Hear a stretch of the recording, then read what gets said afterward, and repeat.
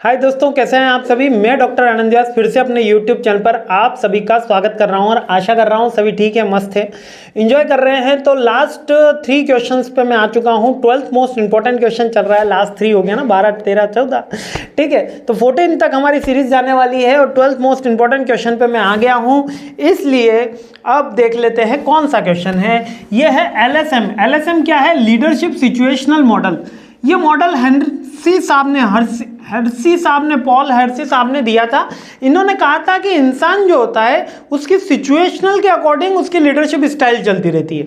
यानी कि हम एक तो होता है जो लीडर होता है उसमें 2 ट्रेट इन्होंने बोले, लीडर में 2 ट्रेट बोले। एक तो बोला डायरेक्टिव ट्रेट और एक बोला सपोर्टिंग ट्रेट। यानी कि लीडर या तो हमें डायरेक्शन देगा या हमको सपोर्ट देगा। तो डायरेक्शन लो या हाई हो सकता है, सपोर्ट भी लो या हाई हो सकता है, इसीलिए इन्होंने इसमें मैट्रिक्स दी है। आइए देख लेते हैं इसकी मैट्रिक्स।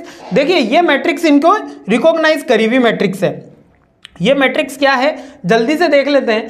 सबसे पहले इस तरफ लिखा है सपोर्टिंग बिहेवियर, यानी कि जो लीडर है उसका बिहेवियर कैसा है, सपोर्टिंग है। इधर लिखा हुआ है डायरेक्टिंग है, तो इधर लो है और इधर हाई है, और इधर लो है और इधर हाई है। ठीक है, ये बात आपको क्लियर हो गई।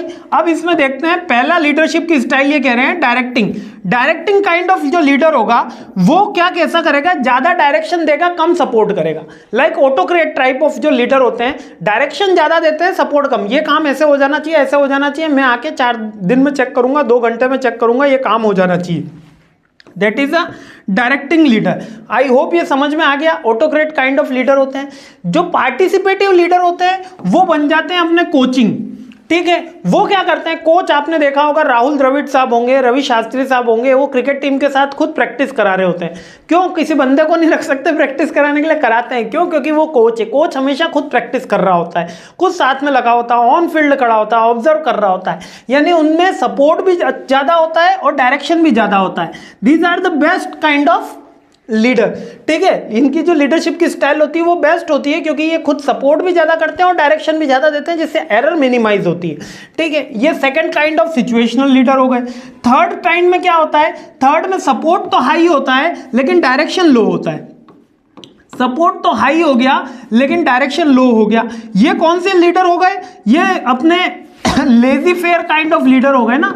Lazy fair kind of leader अभी अपन ने देखा था, वो क्या कह रहे थे कि आप अपना काम कर लो, हमें केवल रिपोर्ट कर लो। तो सपोर्ट तो ये हाई करते हैं लेकिन ये डायरेक्शन के नाम पे कुछ भी नहीं करते हैं, यानी लो इनका डायरेक्शन होता है।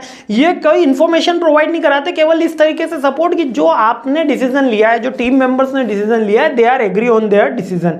ठीक है, समझ में आ गया। और ये फोर्थ जो होता है वो डेलीगेशन टाइप होते हैं। डेलीगेशन में क्या होता है, इनका सब कुछ स्लो होता है, यानी कि सपोर्ट भी लो होता है और डायरेक्शन भी लो होता है। अब इसमें भी लेजी फेयर आ जाते हैं। लेजी फेयर दोनों जगह देखने को मिलते हैं, देखो सपोर्ट में भी मिलते हैं और इधर भी मिलते हैं। यहां पर जो लेजी फेयर है वो प्योर लेजी फेयर में आ गया है, यानी कि वो लीडरशिप की क्वालिटी जिसके अंदर अपन सब कुछ सामने की टीम के ऊपर छोड़ देते हैं, सब कुछ सपोर्ट की टीम के ऊपर छोड़ देते हैं। That is the delegation kind of leadership trait.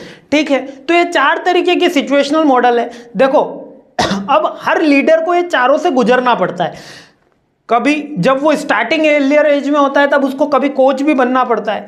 जब वो एल्डर पहुंच गया, यानी कि वो करियर पे काफी अच्छा परफॉर्म कर रहा है, तब वो केवल डेलीगेशन का काम करता है। वो केवल सपोर्ट भी कम कर रहा है, डायरेक्शन भी कम कर रहा है। वो दूर से ही देखता है और देखता है कि उसके जो टीम मेंबर्स हैं वो अच्छा परफॉर्म कर रहे हैं। ठीक है, कभी उनको लगता है कि सपोर्ट की ज्यादा जरूरत है, डायरेक्शन की कम जरूरत है। जब टीम जो होती है मेंटली ब्रेकडाउन होती है तो सपोर्ट की ज्यादा जरूरत होती है, डायरेक्शन की कम जरूरत होती है, तो वो सपोर्टिंग लीडर बन जाता है। जब डायरेक्शन ज्यादा चाहिए, जब उपद्रवी स्टूडेंट आ जाते हैं, जब उद्दंड स्टूडेंट आ जाते हैं, डायरेक्शन ज्यादा चाहिए, सपोर्ट कम चाहिए, तो डायरेक्टिव नेचर बन जाता है। तो याद रखना कौन कौन से हैं इसके अंदर। इसके अंदर ये रहे, डायरेक्टिंग हो गए, कोचिंग हो गए, सपोर्टिंग हो गए और डेलीगेशन हो गई। Little support and low competence of the motivation. Directing वाले लो मोटिवेशन रखते हैं क्योंकि सब कुछ क्या कर रहे होते हैं, कहा गया ये रहा। डायरेक्टिंग वाले क्या कर रहे होते हैं, इनका लो मोटिवेशन होता है क्योंकि सपोर्ट कम दे रहे होते हैं, इसलिए टीम मेंबर्स लो मोटिवेटेड होते हैं। 4 तरीके के हैं, डायरेक्टिंग, सपोर्टिंग, डेलीगेशन और कोचेस। ठीक है, अब डेलीगेटिंग बोल दो या डेलीगेशन बोल दो, एक ही बात है, चारों सिंपल है। मैट्रिक्स याद रखना, इधर दोनों साइड लो लो है, इधर साइड हाई हाई है, नीचे डायरेक्शन है, इधर सपोर्ट है।